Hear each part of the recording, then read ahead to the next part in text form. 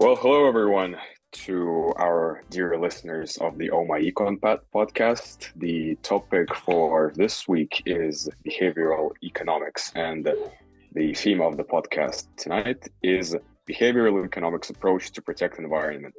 Just before we get into the topic, I am pleased to be joined by Megna and Aastha. So if you guys would just love to introduce yourselves. Sure. So, hi. Hello everyone. Oh yeah, go ahead. All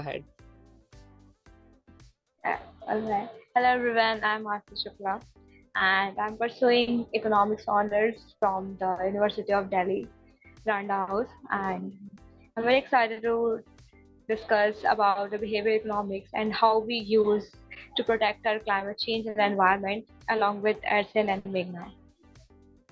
Hi, I'm Megna. I'm from India as well. I'm a high school senior, so I'm going to college next year, and it'll probably be in the States.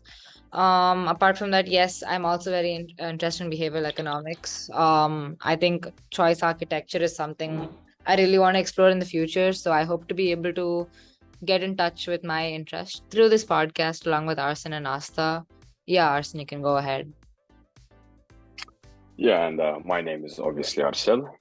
Very enthusiastic about the whole topic of economics and everything that has to do with it. So without further ado, I guess I should start just by giving our listeners a bit of an insight on what behavioral economics even is. So behavioral economics is basically the study that of the effects of psychological, cognitive, emotional, cultural, social factors in the decisions of individuals or institutions, and how these decisions deviate from those implied by classic economics theory. So basically what this means is that classical economic theory, the more practical aspects of the subject, of this whole discipline, doesn't really have much to do with behavioral economics, because behavioral economics still follows the concepts of economics, but more of our psychological side. And it ties pretty, I would say, tightly to and pretty closely to our topic of environment protection. And colleagues, if you would just like to get a word in. So I think Arsen pretty much covered everything about behavioral economics. But for me, I think the reason I started even getting into behavioral economics, it's because it combines two of my favorite subjects, economics and psychology. And usually traditional economics is seen as a way of studying rational behavior. But I think when we talk about behavioral economics, it's actually putting focus on irrational behavior, which is basically what the world runs on today. So for me, it's more practical economics. I think in the context of this podcast, which is behavioral economics and climate change and protection of the environment, I think it has a lot to do with how we use incentives for more efficient methods and strategies that the government wants to implement, energy efficiency, different behavioral barriers that, prevent people from exhibiting pro-environmental actions and anti-environmental actions and all of that. So yeah, that's my take on this topic. Aastha, do you have anything to say? Yeah, of course, both have really talked great about behavioral economics. As we all know that human behavior is unpredictable. We never know what are they going to do. So there comes the theory of the behavioral economics. And also, most of the behavioral economists argue that by understanding this cognitive biases, we will be able to determine many theories. And nowadays, as the development is going to take place, climate change and environment has become one of the major issues. So in today's discussion, we are going to talk about how we can use some of the important aspects of behavioral economic, like nudge effect and endowment effect, to solve these issues. So let's start our further discussion on that. Yeah, I think that's a great starting point to really set the perspective in terms of the environmental problems that we're facing as of today. The list goes on and on, honestly. Could be global warming from fossil fuels, could be the loss of biodiversity, plastic pollution, air pollution, deforestation, and as I said, the list goes on and on. So I'm just really interested to hear, in terms of behavioral economics and the theories that are interconnected with it, what would you suggest be a good approach towards tackling those environmental issues?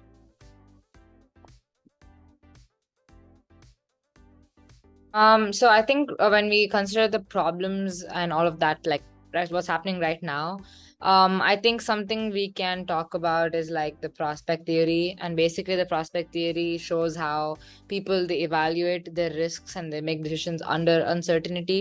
So in the context of like climate change and environmental protection, people are can be more averse to like losses associated with like ecological damage and climate change and all of that. So a lot of people choose to stay inactive because they feel like this is a less riskier option, and it's a more certain option because that's what they're looking at right now. Like that's the type of situation they're faced with. Apart from that, I feel like the lack of incentives that the government is able to provide right now, and the type of effect that's being created on climate change that shows it as a taboo, shows it like it's something that only a few people are associated with, like people like who are completely environmentally associated. I think all that contributes a huge part to how humans, like the general population, reacts to environmental initiatives. And I think that's a negative cycle that keeps perpetuating, and like it's a never ending cycle basically. Aastha or Arsen, what do you guys have to say about the problems and all? No, I agree. I absolutely agree. I think what you said about the lack of incentive is probably, one of the bigger reasons actually, in terms of, what are the incentives, for example, for the people to really chip into this whole project, not even a project, this whole mission, this global mission of protecting our environment. Obviously, one of the ways of influencing, I guess, on a psychological side is promoting the potential damages of our quote unquote careless attitude towards the pollution problems around the globe. But at the same time, I think as we can see from our own behavior and the way that we recycle, which for a lot of people I'm sure isn't much, that is not really an aspect of behavioral economics which you can call effective, especially regarding the issue of pollution or any sort of environmental problem, because clearly advertisement doesn't seem to really give a significant improvement in terms of how we recycle or just how we care for our environment as a whole. And so yeah, I agree with you on that one for sure. Yeah, definitely. Because I think like when we talk about advertising, in my opinion, advertising has a lot of power. It can contribute. I mean, it's basically a game changer in my opinion. So it can either bring a lot of negative effects to the situation or a lot of positive effects. So in terms of marketing and advertising and how big major companies and even the government themselves are advertising all of this, I think it's something that should be more focused on, something that shouldn't be overlooked right now. Absolutely. The most important problem right now is the people themselves are not aware. Yeah. So it's better if we set the clear goals and let them understand what the issue is being created by their daily behavior. They don't even know how to protect the environment and how a single their daily life activities can cause a major problem in their life. So the marketing, advertisement, spreading awareness through government, through news channels, and even through the schools, because the young kids are the one who turns out to be the citizens later on. So these incentives could be good. Yeah, definitely. What are your views? Yeah, I think so too. I think incentives play a very big role in how we basically, I think when we come to the solutions of climate protection and all of that. I think incentive, for example, we take low carbon practices and all of that, like financial rewards, these low taxes, so basically tax incentives, and like the government subsidizing private organizations, or even public goods like public transportation and like electricity for lots of households and all of that. I think all of these, even though they sound like individually small elements, together they create this effect, a very good psychological effect that kind of tells people that, okay, if I am being good to the planet, the government's going to be good to me. Like there is some benefit that I'm finding, there is some motive for me to do something. And I think that's where incentives and rewards come into this. And when you do see that the incentive is working, you see the positive feedback coming, I think again that creates a positive cycle, which is something that can beat the current negative cycle that's going on. Yeah, adding on to your point, behavioral economics is something that understands the human behavior, and human behavior generally gets attracted towards the rewards and incentives. So even if the government provides them with the discounts, or even offer them the tax break from using their products, so this can be the effective measures. Yeah, definitely. Yeah, Arsen, please go ahead. Also, something that I would like to talk is just this theory of heuristics, which is pretty popular in behavioral economics. And for those who may not be aware, heuristics are basically mental shortcuts for solving problems in a quick way that deliver a result that is sufficient enough to be useful, given potential time constraints, right? Doesn't always have to do with actual economic decisions or investments or anything like that. I think it actually feeds in really nicely into this particular topic. So on the behalf of the decision makers, the lawmakers that pass those laws which are supposed to protect the environment, some of them prove to be efficient, some less so. So just from your point of view, do you think this whole theory of heuristics and those mental shortcuts on the behalf of the decision makers can be seen kind of creeping into the decision-making process and the whole mindset in terms of how to better safeguard the environment? I mean, for me, I think like you said, heuristics play a big role. Basically, they help people arrive to judgments, and usually heuristics are known to lead to incorrect judgments because of how fast it happens, and bias and errors and all of that. For our viewers who do not know, there are many types of heuristics, and I'll just define three of them, three main ones.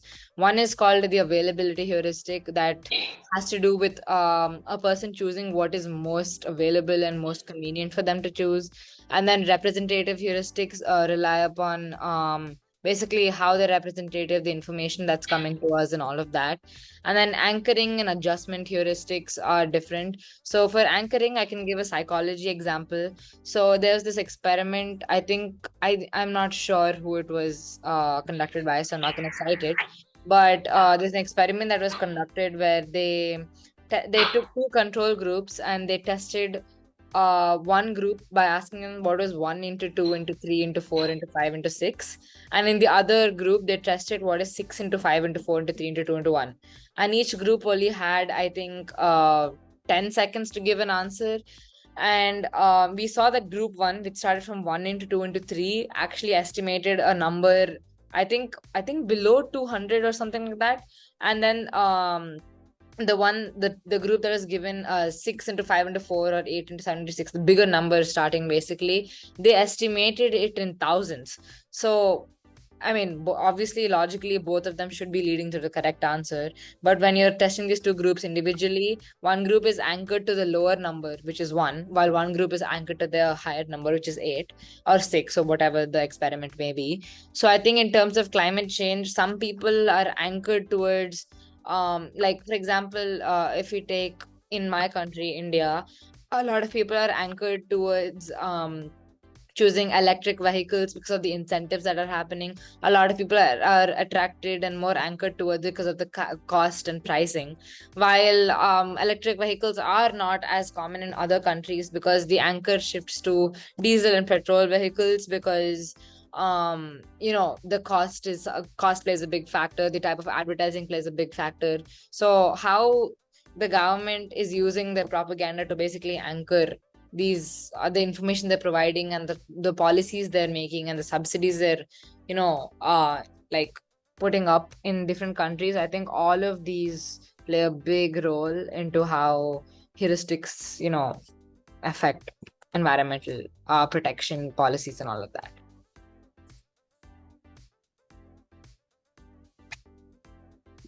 Yeah. So obviously a very interesting point there.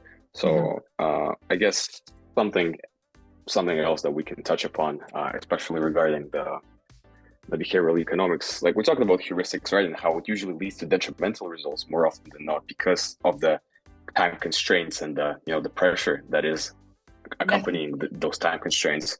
So, well, if we take a look at more practical economic examples, like you could say, well, obviously I'm not quite sure if like how exactly it works, but I'm pretty sure there's some sort of a data or statistics which are being kept in order to sort of monitor, for example, pollution, the air pollution, right? Or just the amount of littering, obviously, which leads to poor processing of plastic products, for example, right? So, looking at those statistics and the rise in this kind of a plastic pollution, right? We can see such uncalculated or seemingly uncalculated measures, such as for example, adding VAT to the products which, for example, like soft drinks, right? For example, which obviously package their products in plastics, right? As a means of reducing the amount of potential plastic pollution, and it could be seen as detrimental, obviously, because soft drinks can be, for example, let's say, a big part of individual markets in pretty much most countries in the world, right? And I guess making those sort of decisions impulse, just based on pure instincts and rather calculative thought process, that may lead to potential detrimental decisions economically, right? Because a VAT is more than likely going to discourage most consumers from continuing to buy this particular product, which in this case is soft drinks. So yeah, it's very interesting how it works, how behavioral economics seem like a big part of economics and practical economics, and no doubt it is, but it doesn't come without its own downsides, should definitely we say. Yeah, definitely, I agree. Aastha, do you have anything to say before we go towards the end and conclude? Yeah, absolutely. You would have really talked about how the behavioral economics and about the examples that have really covered about the how can we put up the efforts to minimize it. I would also like to add effects like if you all are aware of hyperbolic discounting. It is a phenomena where individuals prioritize short-term rewards over the long-term benefits. So this phenomena can be also used to protect our environment. Like for example, we can ask the people, like as you earlier mentioned about the marketing and about the advertisement. So through the advertisement, by spreading the awareness, we can ask them and we can tell them the value of sustainable products, because nowadays ESG and the sustainable products have a very important role, and if people can understand the value of it, they are the chances that they may switch to those products, and it will have the long-term environmental goals, and also it can be used effectively. What are your views on that? Definitely, I think I agree. I mean, you have covered all the points, so I don't have nothing more to add, but I definitely think that's a good point. Also, something that I think is kind of an interesting point to raise. I think Megna actually mentioned it at the beginning of the episode. The incentives, the lack of incentives for us as a population to put in a larger, greater effort into protecting our environment. And well, most of the environment, if you take a look at the global scale, a lot of it obviously comes from individuals, but even more of it, most of the times, in most areas anyways, come from firms, large firms who have factories, who have other sorts of, institutions working for them, which, can lead to environmental issues such as air pollution, right? And something that is more related to practical economics is, tradable pollution permits, right? Despite the fact that it's more of the practical side. And what basically tradable pollution permits mean is that it's basically the amount of pollution that a certain firm is allowed to produce in a certain amount of time, right? Or just, a certain amount per a fixed time, basically, is what tradable pollution permits is, right? It's a regulation, essentially. And despite the fact that this regulation itself might, kind of shift away from behavior, the whole concept of behavioral economics, I think a really good point can be made that it's a first step to sort of incentivizing, large firms, and essentially later down the line, the individuals, the people, the population towards, for example,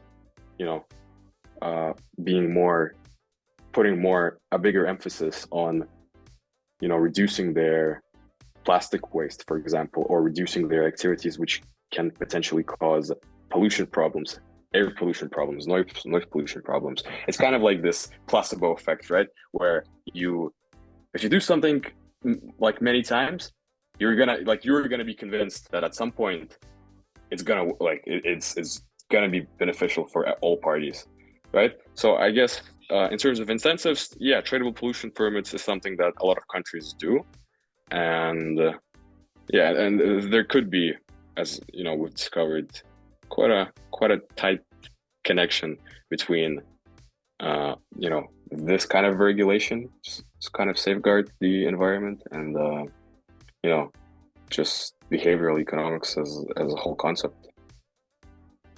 I definitely agree. I think, like you said, when you do keep on reiterating a solution, at one point it is human tendency to believe it'll work out. And we do use behavioral economics to prove that irrational behavior does have a positive side, which I think it doesn't make me happy to say, but it is not true. There are many downfalls to how the human brain works, how the economy functions, and the whole relation between.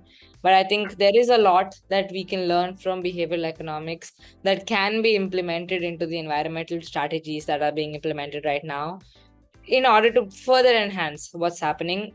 Because we cannot say change as a definite answer, but we can definitely say further enhance what's the positive effect that is happening right now, at least. Yeah, and as Absolutely. you said, a human mind is often not the most reliable source, right? Especially our gut feeling. That's why we talk about the same heuristics which we've touched upon, how most of the times our decisions are detrimental for our own to our own good, or theories such as mental accounting, the value which we put on certain things. It could be some people put more value on materialistic things than potentially the environment. And again, it comes back to a lack of incentive, or just differences in priorities and values. And so it might seem like an easy concept, behavioral economics, at first, but then when you realize that you're dealing with a human mind, that it could be very unpredictable at times, and that just given all the constraints and that same unpredictability, it's very unreliable at times. Exactly. Okay. Behavioral economics is like a ocean that you can never determine what human behavior is going to take, what will be the next decision of the human. So the only thing that we can do on relating it to environment is making up the small efforts that we can do. I agree. Yes. I think it's completely irrational, and although that's a positive effect for many reasons, such as, I think a lot of traditional economics can be defied easily with this. I still think there are a lot of downsides as well, but that's something I think through research and through time, humanity can tackle together. Yeah. Yeah, and I think that was actually a great a great analogy of how, a human mind is basically like a, like a person in the sea, right? You don't know, which way the wave will, sort of stir you in, right? Which direction. And I think, I think a big part of that also, like we talked about mental accounting, right, earlier on, which basically means like the differences in values that a person places. Essentially, that's a very brief explanation, but that's what it essentially is, based on the subjective criteria, which also leads to detrimental results.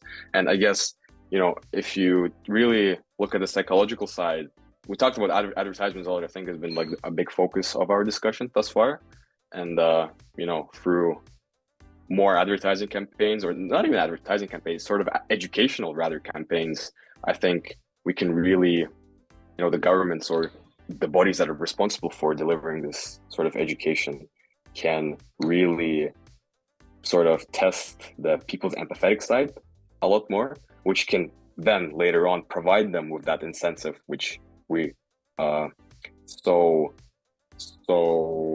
long for, essentially, and hence later on down the line we can see those improvements in environmental state because of our improved attitude towards this issue, because of the incentive that has been provided through, as we said, education on this particular matter.